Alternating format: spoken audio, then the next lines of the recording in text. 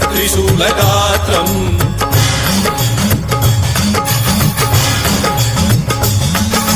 सत्यप्रभाव दिव्यप्रकाश मन्त्रस्वरूपमात्रम्